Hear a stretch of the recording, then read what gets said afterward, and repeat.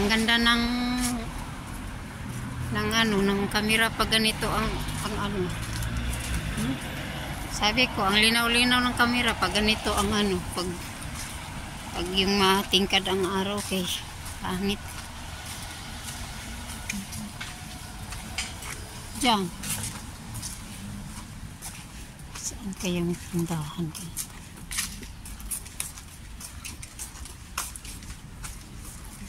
Tindahan. Naghahanap kami ng tindahan. Kung meron man. Ano tayo? Tatawid tayo.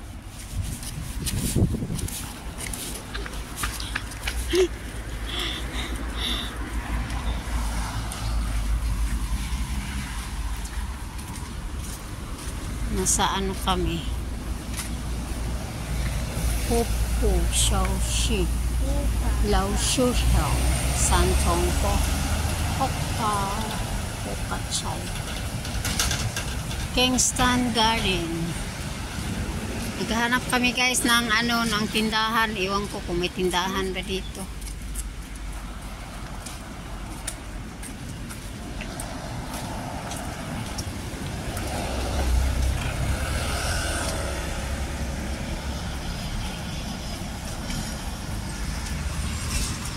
Parang Pilipina yung namasura, magtanong tayo.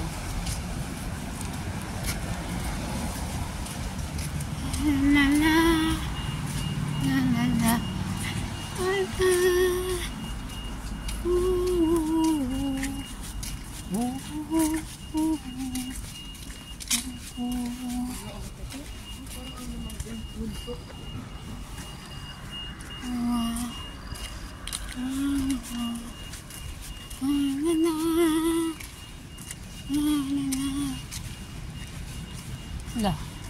wala mang tindahan, uy.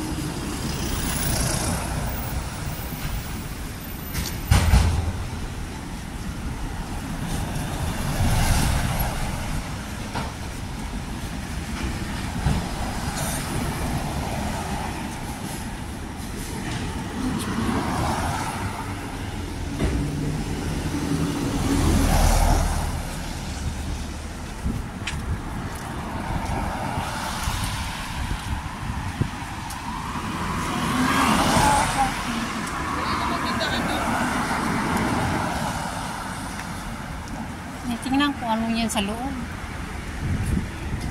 Wala na. Saan kaya yung sinabing? Sa bundok. Bundok ibabaw.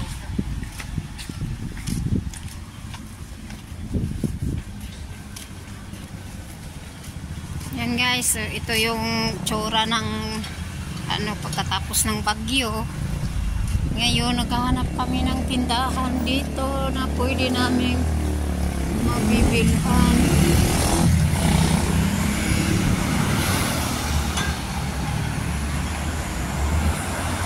Mga abandonadong bahay. Abandonado.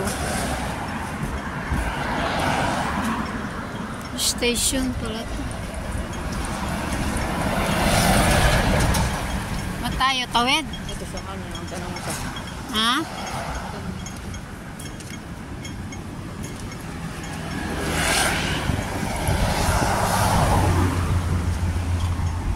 Ayun, sa unahan, tingnan natin. Unahan ng konti.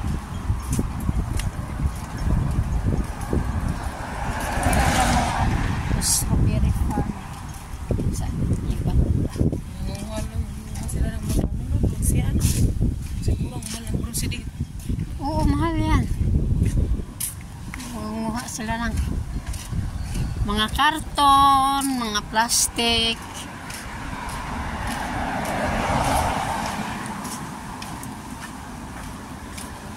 baka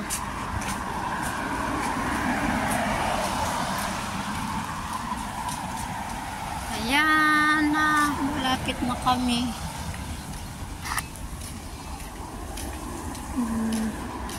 Pupo.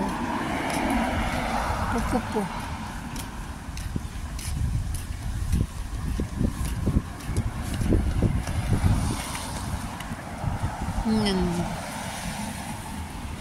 May mga ano dyan. Ayan. Mga bahay na maliit. Ha? Mga bahay na maliit. Bahay? Oo. Oo, mga maliit na bahay. Dami siguro dito mga ano, boarding house. Mga nakakadukin naman naman para. Ha?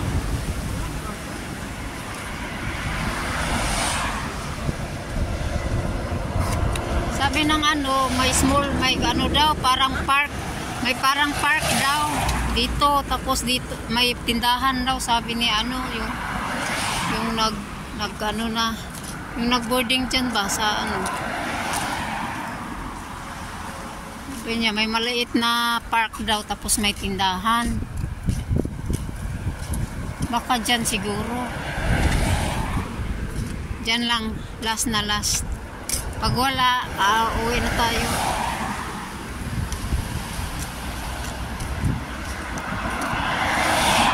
Ito mga white.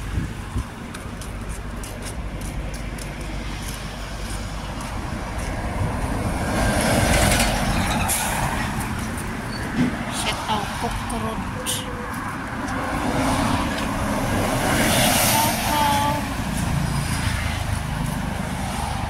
Lang, maabutan tayo ng ulan ba? Ha? Maabutan tayo ng ulan.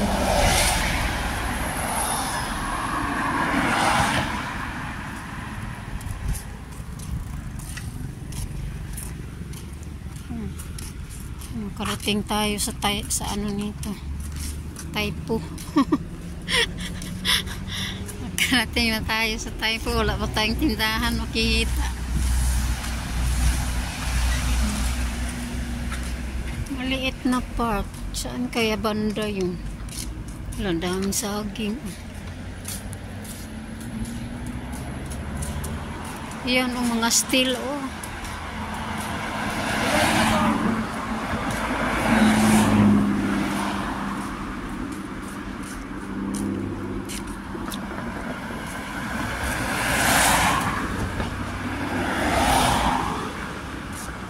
Yan papasok dyan. Yung paganyan, basian dyan.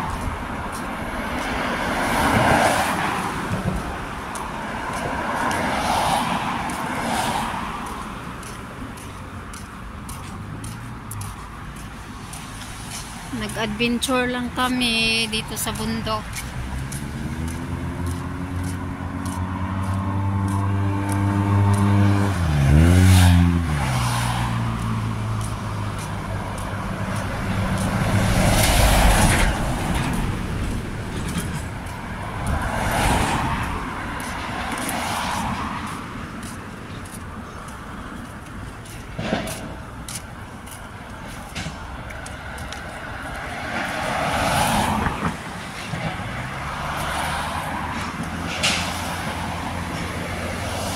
Wala man.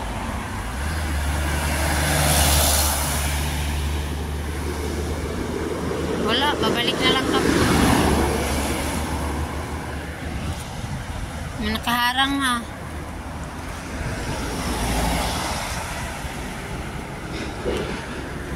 May nakaharang na ano, mga tumba ng kahoy.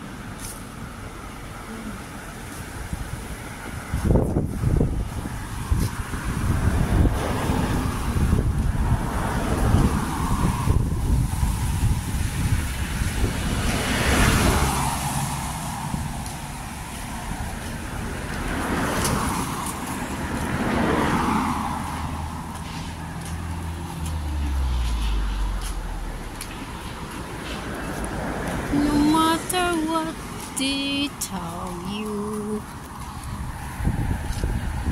Ayan. walang tindahan.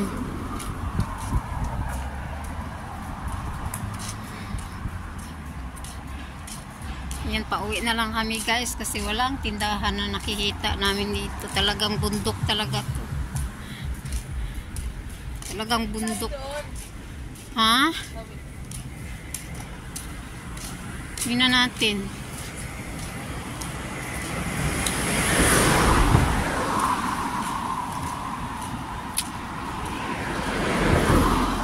Ito ang lugar na Fanling. Ito ang kagandahan dito kasi yung mga daanan dito sa tabi ng daan at saka sa gitna, tingnan mo, ang ginawa nilang barrier is mga punong kahoy. Yan. At saka sa mga gilid may mga punong kahoy talaga na mga malalaki. So ang ganda. Kaya pag dito, hindi masyadong apektado pag mag-summer dito. Hindi masyado apektado ang mga dito mga tao kasi kapag mayroon silang mga park na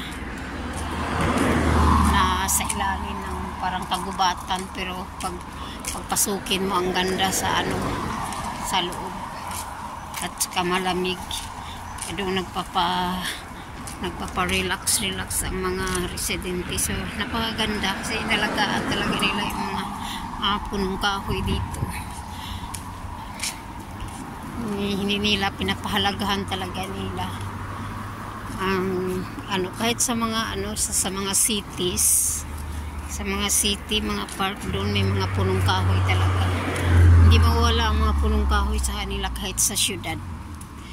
Kaya napakagaling talaga ng pagkaano nila disenyo ng mga work and highways dito. Organisado kahit sa pinakabundok. Hindi maaari kang mag-jogging. Ayan, may mga bus stop.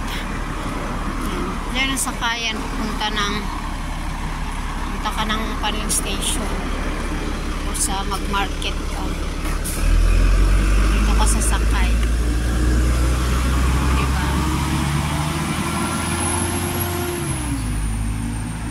Yan ang galing talaga. So ayan, so puputulin ko na lang yung vlog ng video ko. So maraming salamat sa inyong panonood, and please don't forget to like, share, and subscribe to my channel and hit the notification bell, click all para update kayo sa aking mga video. Bye bye!